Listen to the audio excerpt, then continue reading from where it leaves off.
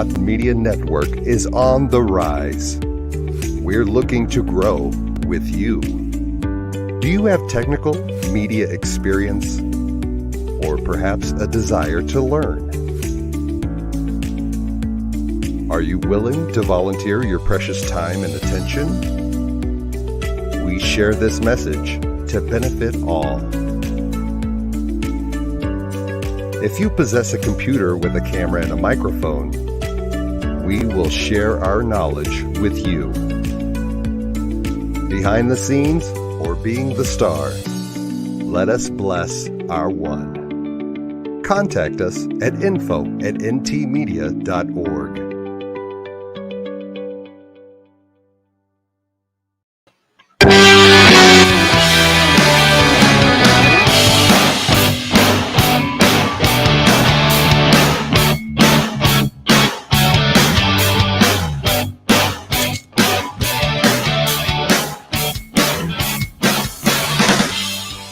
Live from our nation's capital, Washington, D.C. It is the Sunday evening MasterClass.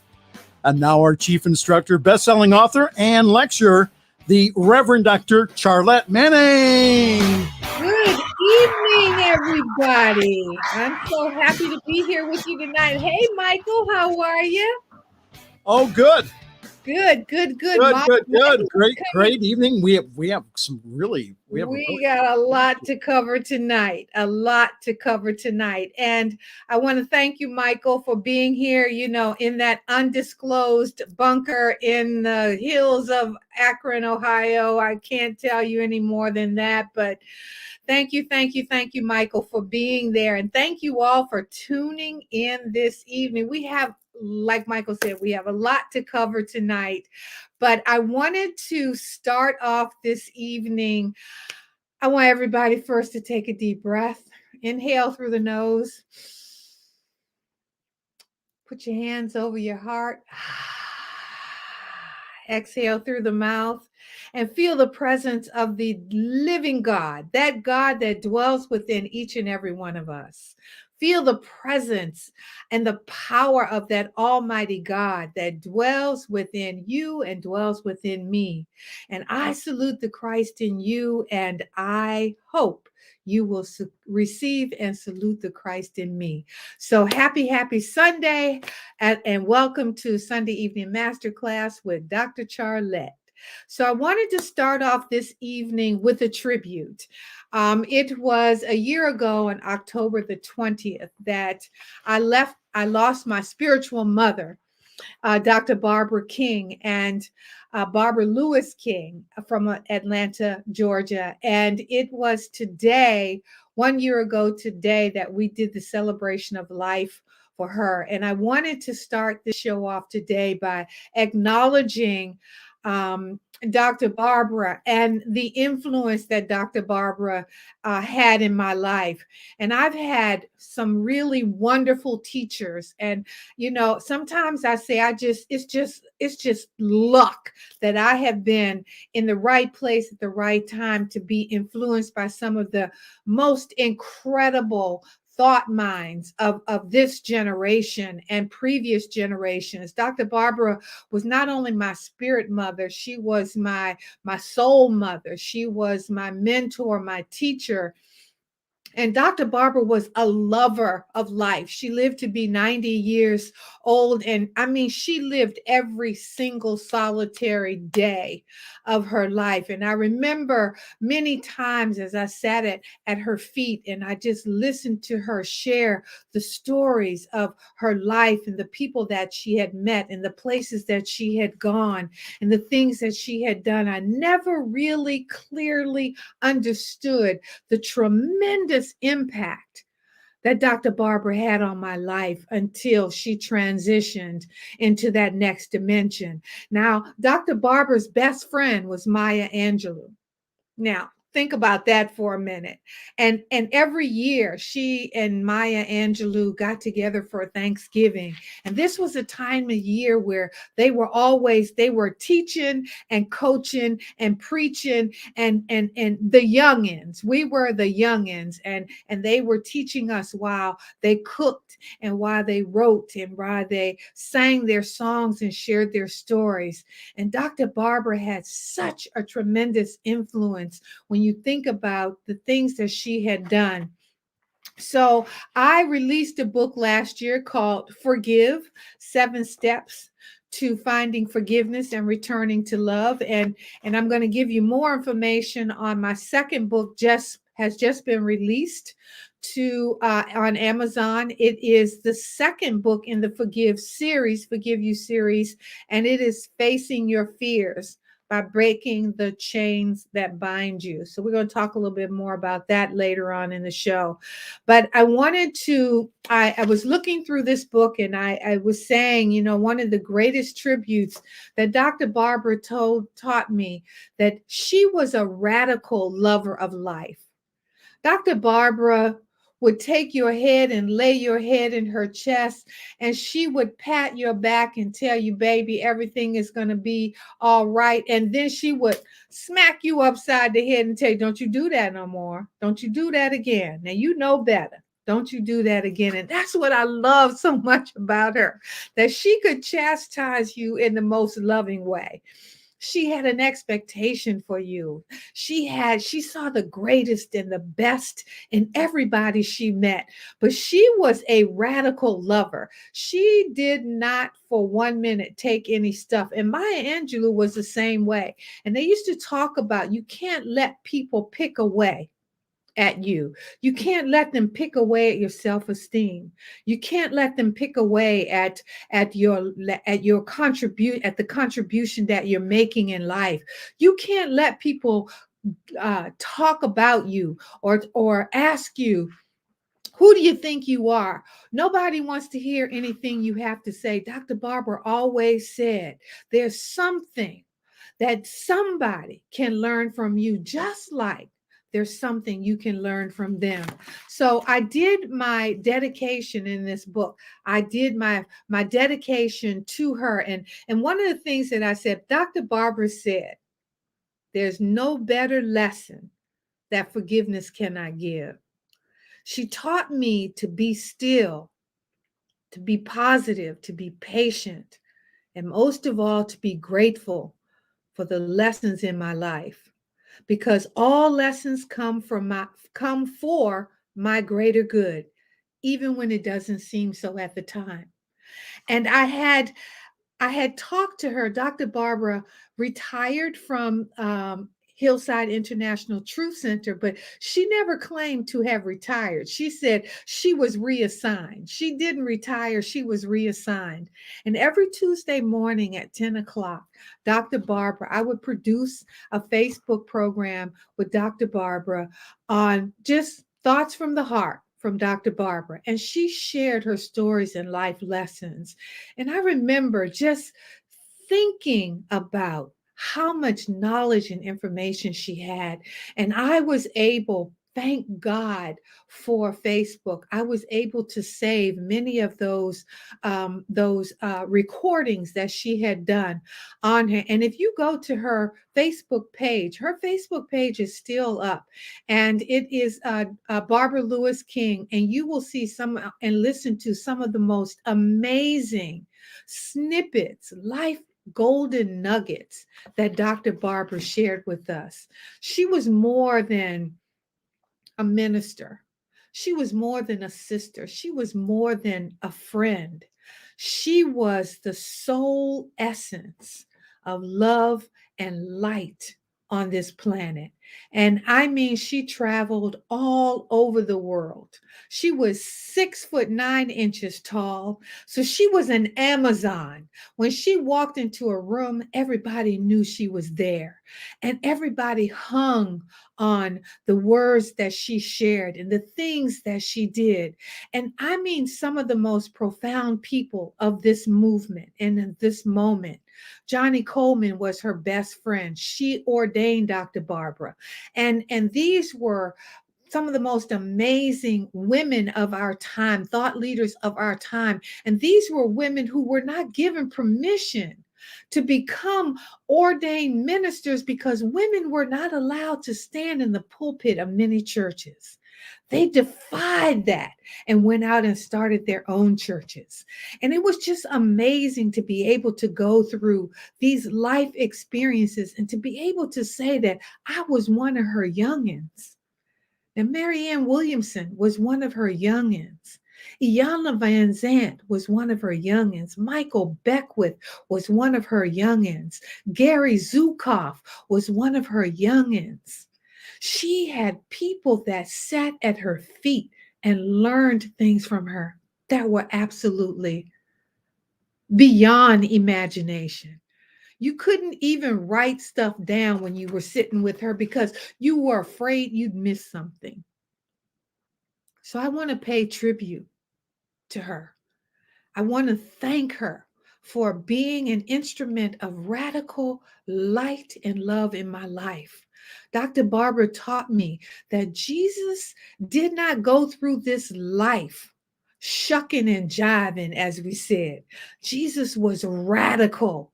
He thought outside of the box, and she taught us to do the same kind of thing. She was an amazing teacher. She was an amazing mother to many of us in this movement. And I give thanks and praise, and I pay tribute to her on earth as she is now in heaven, sharing her light and her love with us. There is nothing in our lives that is worth sacrificing or compromising the peace that forgiveness brings. No matter the severity of our hurt or the reason he or she did what they did, nothing is worth compromising the happiness that forgiveness brings. That's what she taught me. And I am grateful for that. And I give thanks for that. So I dedicate this show tonight on sacred activism and the power and the political love, the politics of love, because she believed in showing up and showing out. So I want to say thank you for joining us tonight. And this is the Sunday evening masterclass with Dr. Charlette. We're going to be back in just a few minutes with a special guest. I'm so excited to introduce you to. I just met him today myself, but I'm excited to have him join us. Be back in a few minutes. You're here on the New Thought Media Network, and I'm Reverend Charlette, and I look forward to seeing you back in a couple of minutes.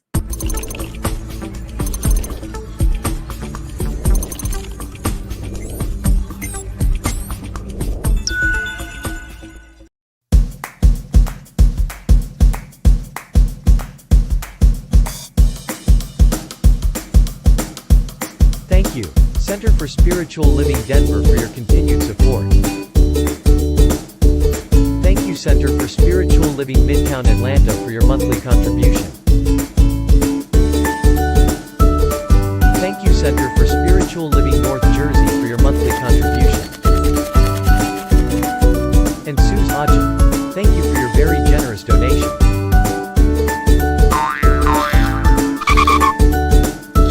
And a special thanks to Hefferland Foundation for your generous technology grant. And a big shout out to all our committed donors.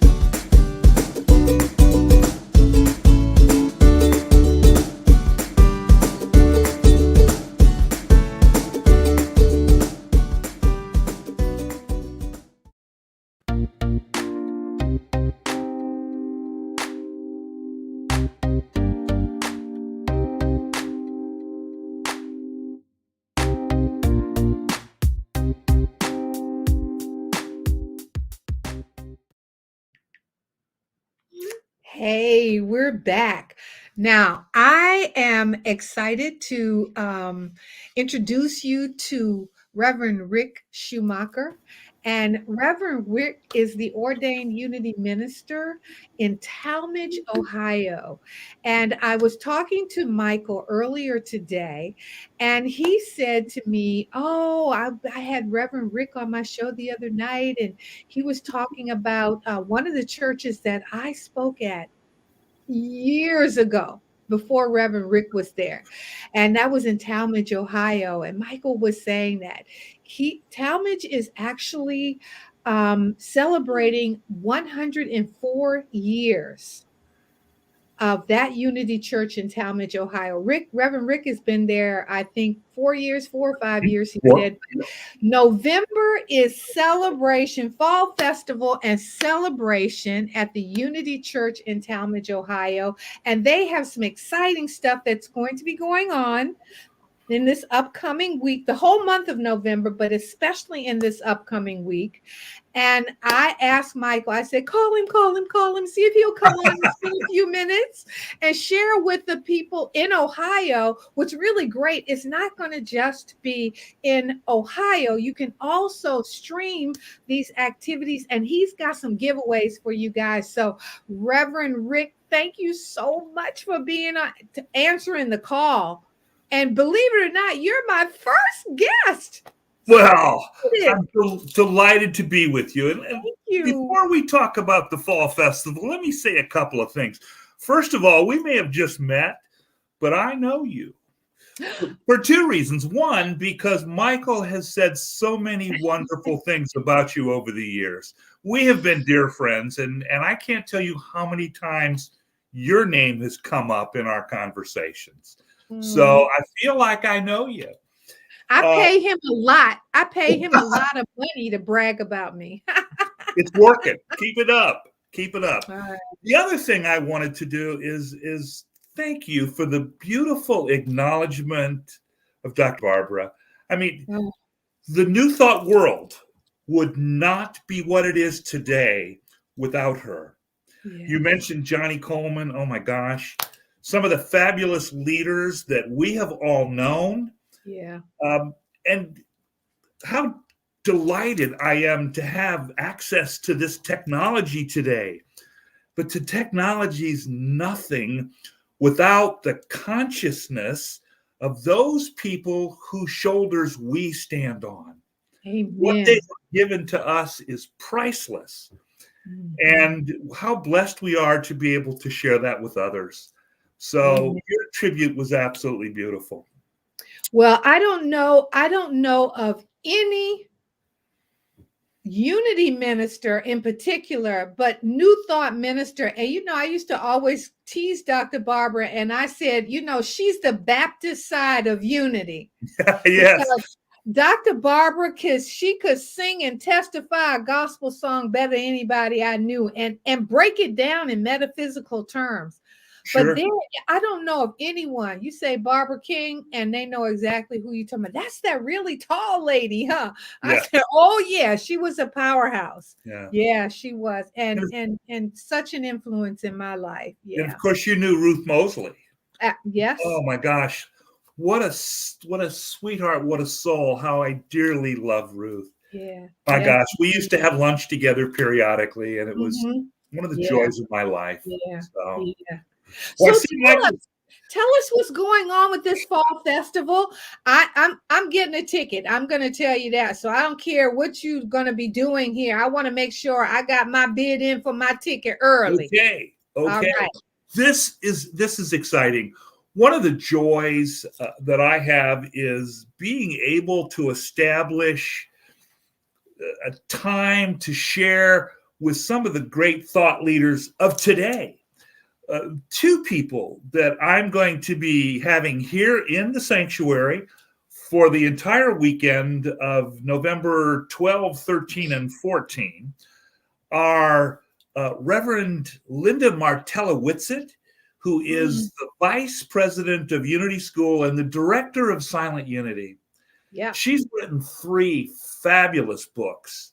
The first was called How to Pray Without Talking to God. What a great title.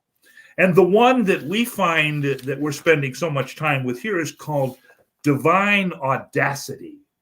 And I love this title The idea is we should be audacious about expressing the light of God in the world. Mm. That's what we're called to do. Now, Mhm. what she's done with this, I think, is so very important. We as organizations, I've always called us kissing cousins because we are so closely related to one another. Yes. Over the years, we've tried to get together in ways we've talked about mergers, and we've shared faculty members from our seminaries over the years. And now we've reached a point where it's possible for a religious science ordained minister to serve in a unity church in a pulpit, Yes. and vice versa.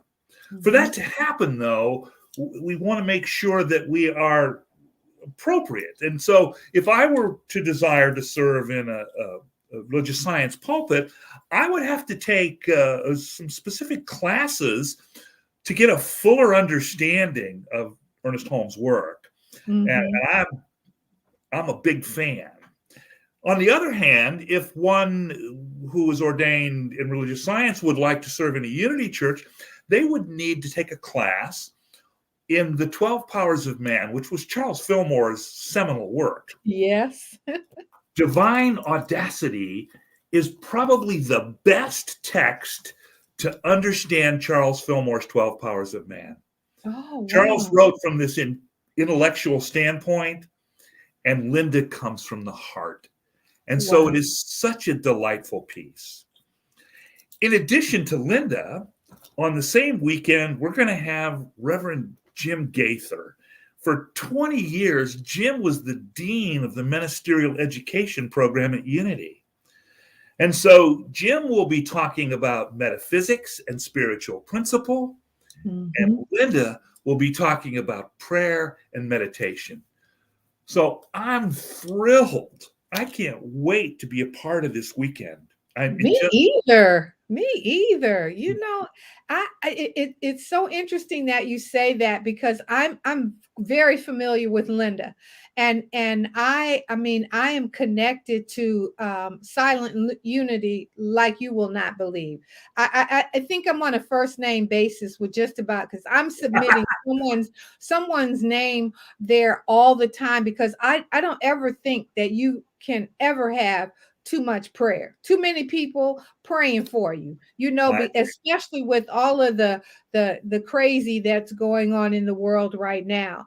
So I think, and not just that, Reverend Rick, I think it's essential that we began to share that not just the divine audacity, but that we can challenge one another to go deeper and wider into those spiritual. You know, we don't live in a world now where you take things for granted.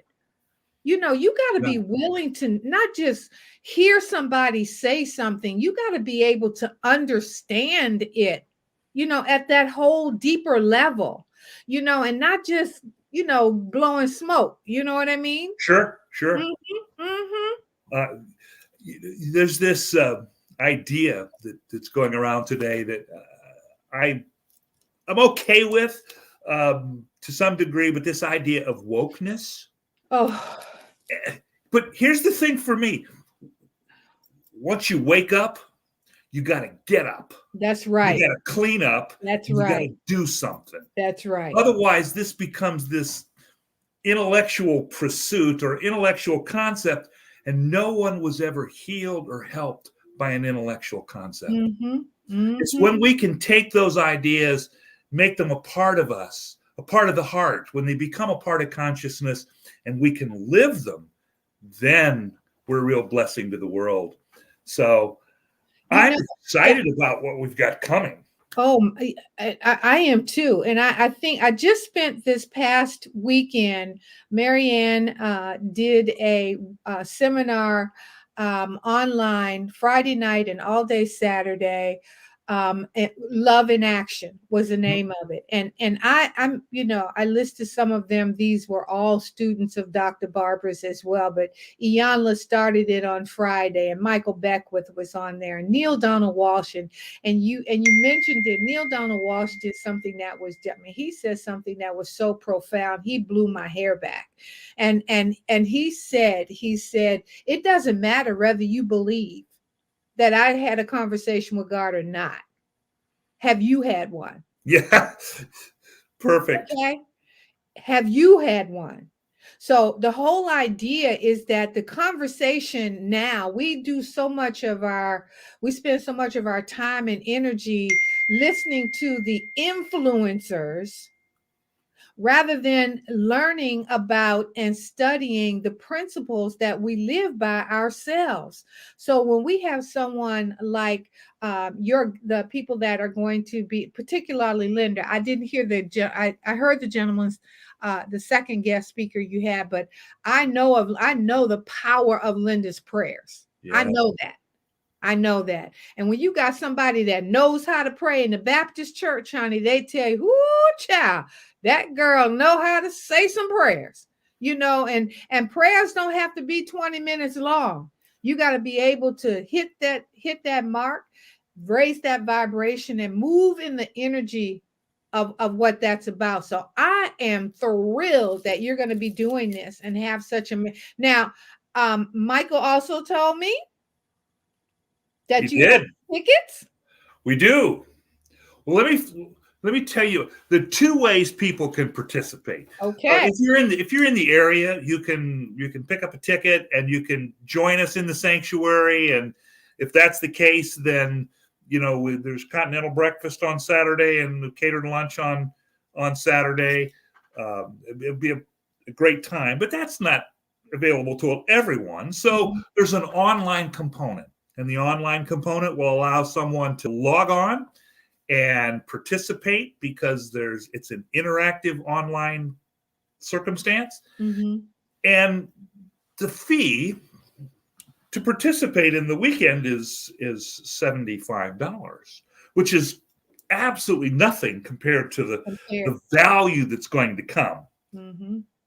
But I want to make sure that your viewers have an opportunity to participate. So I would like to offer your viewers the first 10 people who log on to Fall Festival at Unity Chapel of Light, that's an email address, we will give them a ticket. We'd like them to just be a part of it. So if they'll email us at... That's 9 tickets, Reverend Rick, because one of those tickets are going to be, and I don't have a problem paying for my ticket, but I want to make sure that one of those tickets is mine. You don't have to be concerned about that. There's always a place for you here. Hey, let me tell you about Jim. I didn't do very well with that. Okay. Jim Gaither was, for 20 years, the dean of the ministerial education program. His first book was called The Essential Charles Fillmore, Collected Writings of the Missouri Mystic. And then recently he has re-edited that, and he did something fabulous. The new title is The Essential Charles Fillmore, A Guide to Practical Mysticism and Metaphysics. Wow. And I love that. It's the practical application of these ideas that heal us, that prosper us, that bring harmony to our relationships. And if that wasn't enough, Jim has just released a new book called The Hidden Realm of God, the historical, let me get it right, the historical Jesus and his healing philosophy. Wow.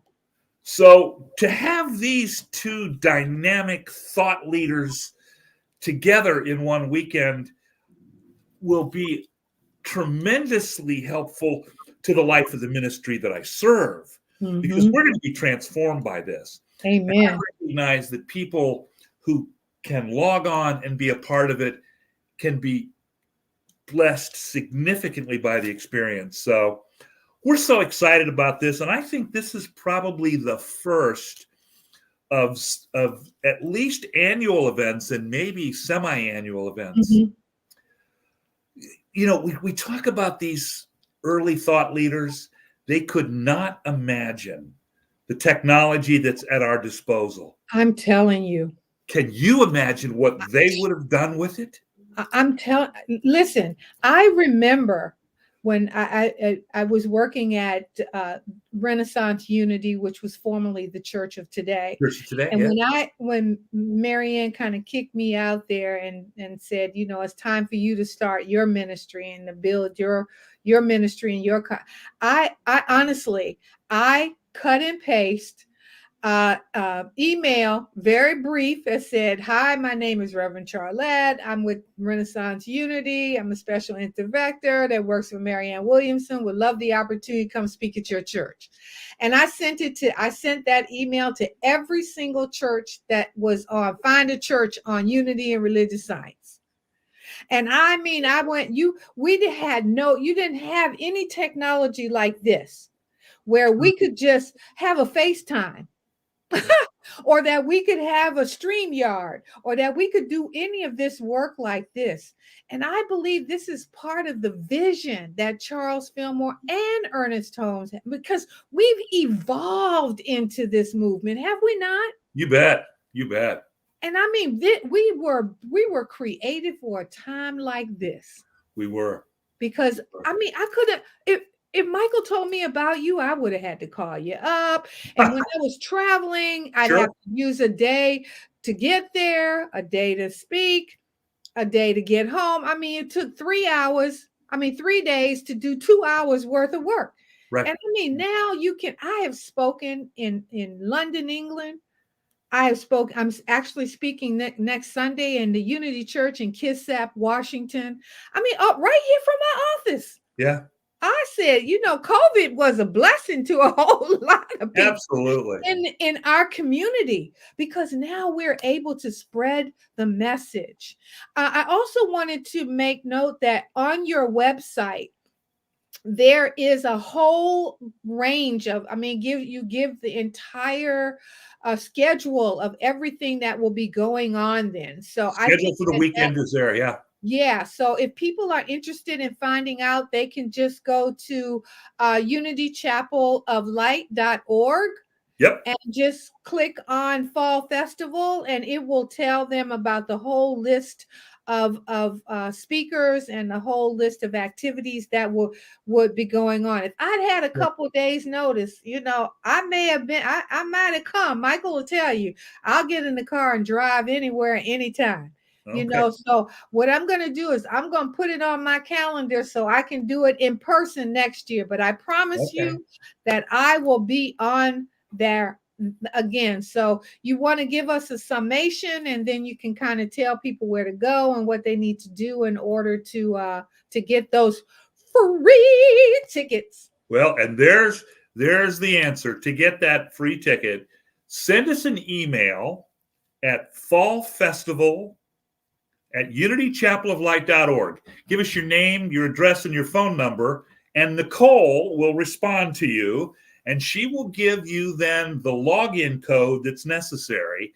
And all you have to do is log in, and you're in. So it's that simple. And I just know that you'll be blessed by it. No question. I've been blessed by just meeting you tonight, Reverend Rick.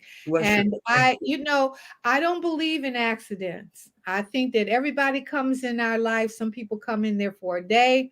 Some people come for a season. Some people come for a lifetime. So I think that this is the beginning of a new friendship. And I look forward to expanding our time together. Anything else you want to add?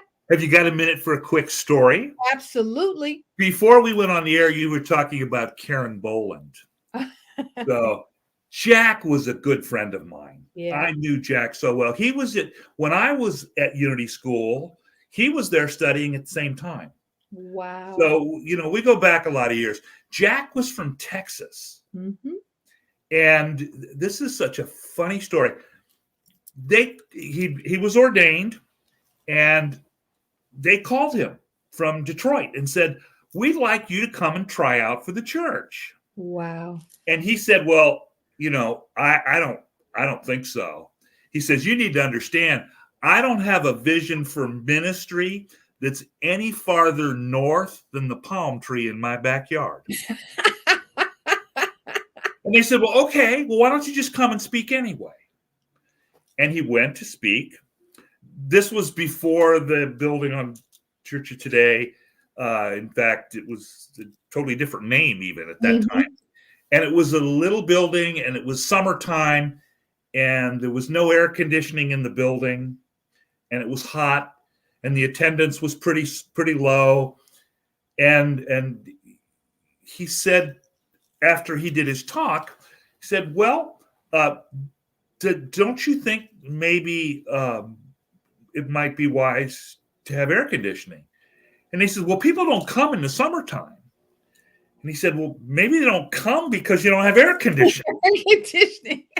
And so they put air conditioning in, and he went back to Texas, and he got a call, and they said, would you come and at least talk to us? And he accepted the call, the phone call, and then the real call, which was where he was to minister for the rest of his life. Wow. And when the call comes, you take it. And it doesn't matter what you think you were going to do. That's because right. when Spirit calls you to that place that is yours, you go and you do the work. And That's Jack did it so beautifully. Oh, he was amazing. And I still think, you know, how we had the mastermind calls where you could call in. He had a prayer, mastermind principle every day. I still think Renaissance Unity / the Church of the Day still has that mastermind where you can call into that prayer line and hear him speak. I mean, he was a phenomenon. Like Yes, Dr. Barber, he was something. I mean, he had 3 people that he mentored very early in his ministry. Wayne Dyer, Les Brown, and Mary Morrissey. Yes. You know, all 3 of them, you know, until Wayne Dyer passed away. I mean, they attributed everything, their successes, all of their lessons to Jack Boland. I mean, Sure. he honestly, I mean, the millions of people's lives that he changed through AA, NA, OA, all of the anonymouses. He made it okay to share your dirty laundry, so to speak, and be okay with being healed from it. He was amazing. He was amazing.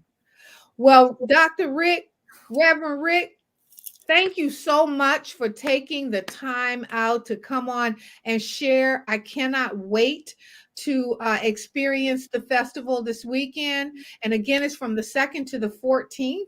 You can 12 through 14. I meant the 12th. The 12th. I've got the That's 2nd. okay. Yep, the 12th through the 14th at Unity Chapel of Light. So you can go to www.unitychapeloflight.org. Just put in your name and your number, and you'll get that free ticket and experience that. I am certain you will not regret it. So thanks again for joining us. I am Reverend Charlette and Sunday Evening Masterclass. I thank you, Reverend Ric, for joining me on the Sunday Evening New Thought Media Network right here in Washington, D.C.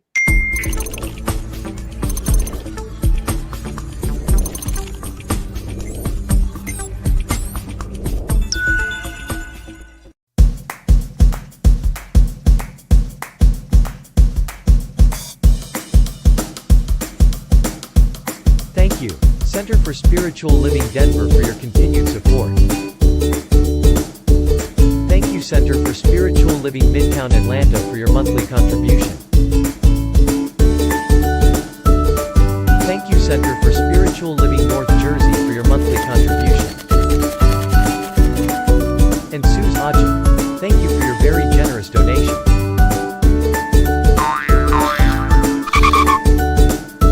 And a special thanks to Hefferland Foundation for your generous technology grant. And a big shout out to all our committed donors.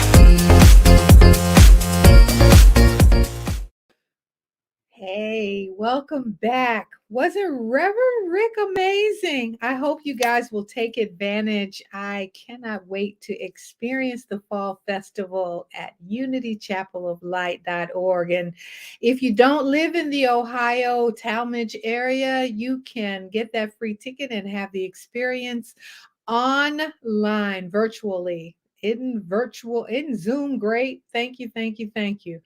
Well, anyway, I want to thank him again for joining us. Last week I was sharing with you the spirit of acceptance, and in the course of that, I had used the serenity prayer, which was, God grant me the serenity to accept the things that I cannot change, courage to change the things that I can, and the wisdom to know the difference. And the three principal words in that were serenity, courage, and wisdom. And after that event, I have always been politically active in my community. I grew up in Alexandria, Virginia, before we even had Black people had the right to vote. And I was born in the 1950s, and I remember going to the polls with my grandparents the first time that they were able to vote. And my grandmother, very deeply rooted in the Baptist church, always said that religion and politics are great bedfellows. You just don't ever want to make either one of them mad. And a lot of times they said that, you don't talk about politics and religion, but we have to learn that we can share our differences of opinion and learn from one another. And that's why Jesus was such a radical teacher. He believed in sacred activism, as Andrew Harvey calls it. And as I spent this past weekend with Marianne and some of the most profound thought leaders around this whole thing, love in action. I worked for Marianne for many, many years, but I was also a student of Marianne. And back in the late 90s, and I want to say 94, 95, Marianne started an organization called the Global Renaissance Alliance. And this was all around spiritual activism. It was around, she wrote a book called Illuminati, which was really about different prayers that she had written. And one of those was about the reconciliation of slavery. Marianne was talking about finding forgiveness in the midst of chaos for decades. Now it's fashionable to talk about that. So when Marianne decided that she was going to run for president of the United States in 2016, she was talking about creating a cabinet level Department of Peace, that we would focus on the activism of peace at the same level of our activism towards war. And I remember a quote that Nelson Mandela made that said, "There's a force in the universe." You can call that force God or Buddha or Krishna or Yahweh or Jehovah or Allah, whatever it is. It said there's a force in the universe that wants the victory of truth and justice. This force will help you if you are ready, if you are humble, if you are brave, and if you are patient. Don't ever give up, no matter how bad or how difficult things may get. And when you hear someone like Nelson Mandela, who spent 27 years in prison for standing up for the rights of the South African people, he wasn't a murderer. He wasn't a bank robber. He was a sacred activist.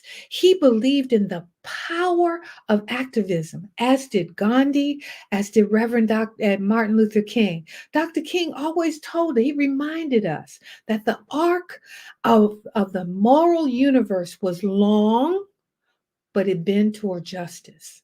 And that if we stood in the truth and actively participated, as Jesus did, Jesus said, "Render unto Caesar what is Caesar's, and render unto God what is God." Now, he doesn't just mean your time, your talents, or your treasures. He also meant about your political activism.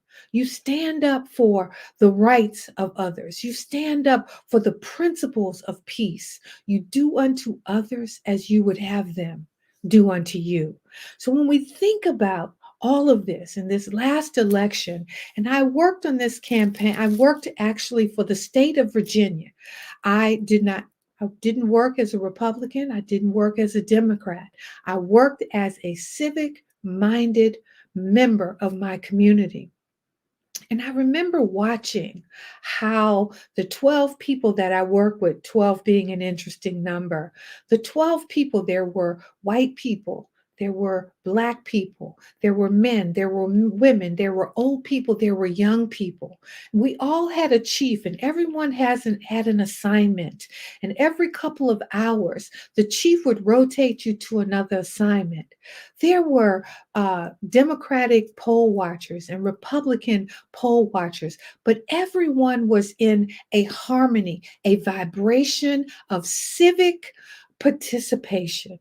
Everybody did it. It was like the carburetor wasn't telling the engine what to do, or the battery wasn't telling the piston what to do. Everybody was doing what was in their civic right-mindedness. And I remember at the end of the evening, none of us knew. All we did was escort people in, check them in, direct them to vote, take them to the machine where their vote was counted, give them a little sticker that said, I voted, and they were on their way. We didn't know who was winning, who was losing, or any of that.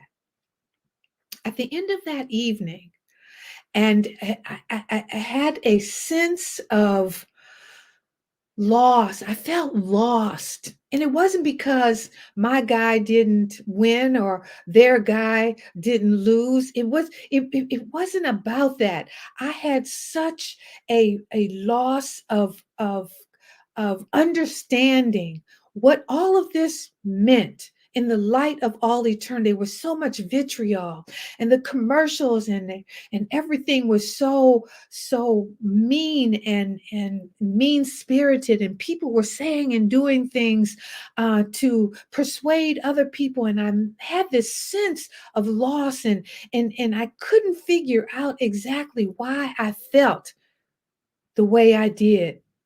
And again, it wasn't about winning or losing or who won or who lost. It was that sense of emptiness that I felt from the process of sacred activism, of one-mindedness, of doing what was in the highest and best. And on Wednesday, we have in our church, we have what we call divine connection. And every Wednesday we get together and we just share what's going on. It's like that dump, that brain dump that you can give and be replenished or refilled with the Spirit of God, knowing that everything is going to be all right. My senior minister, Reverend Sylvia Sumter, leads the group, and I'm one of the ministers on there. And there were about 20 of us on Wednesday afternoon, and she said, "Well, okay, I'm checking in. How's everybody doing?" And I raised my hand. Now, just to digress for a moment, I almost talked myself out of going on that talk that day, because I felt such a sense of loss, and I didn't know how I was going to be able to articulate how I was feeling, because I really couldn't understand how I was feeling at the time myself. But my spirit, the Spirit of the living God within me said, you turn towards your people in crisis. You don't move away from them. So I raised my hand, and Reverend Sylvia said, "Okay, Reverend Dr. Charlette." And she said my name, and I started to cry. And I mean the ugly cry. And she said, "Oh my."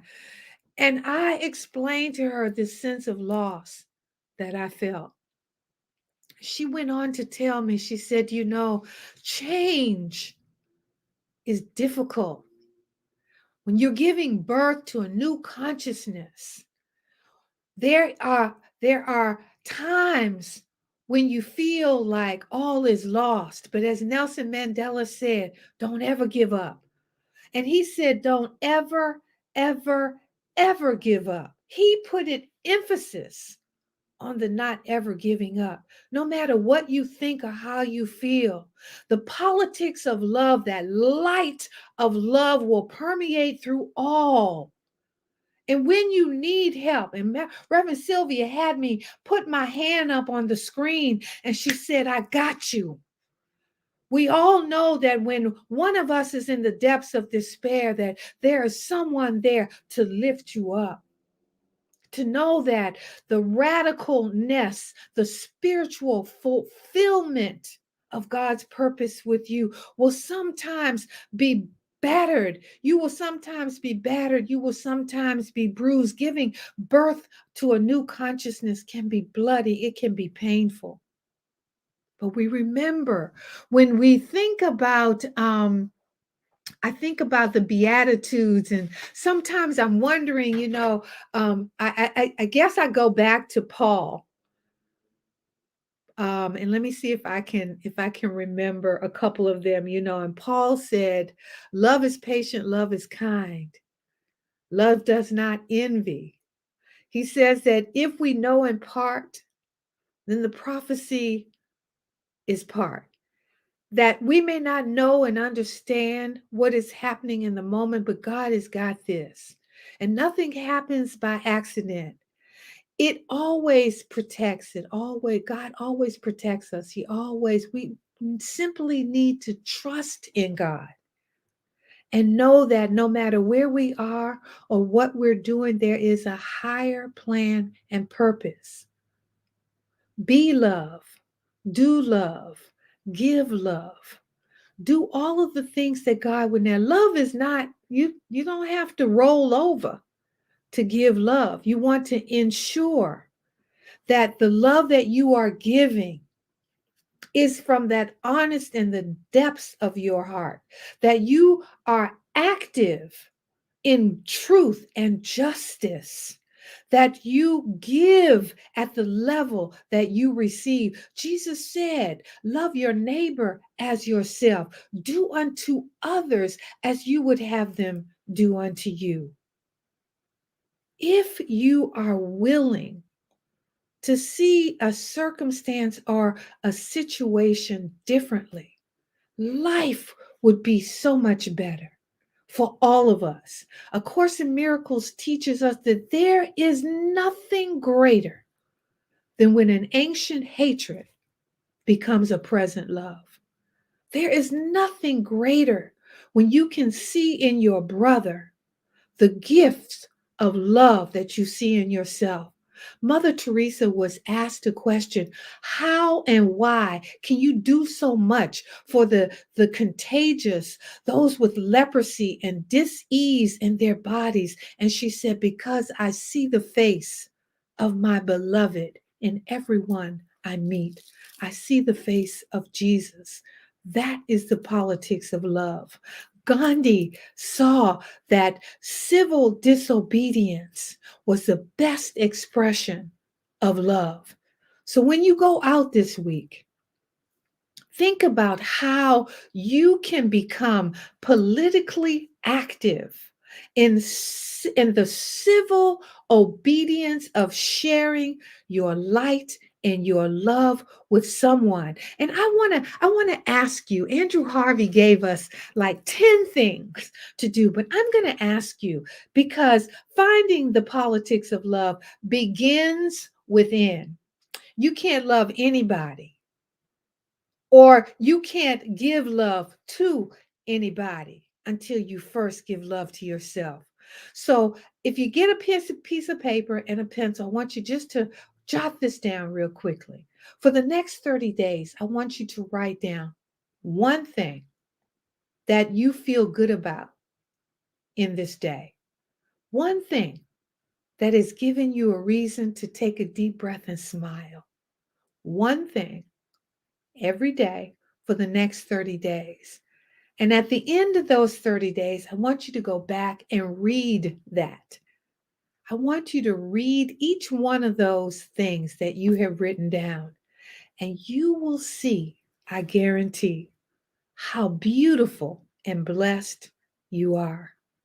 So I want to take this opportunity again to thank Reverend Rick for coming on. I hope you will take advantage of getting those free tickets. Next week we're going to go a little bit deeper and a little bit wider, and we're going to talk about the power of courage. We're going to talk about being courageous in this time. It is really, really a challenge to stand in the truth of all things. But when you ask God for courage, God will give you everything in the line to be courageous. So I want to thank you for joining us tonight.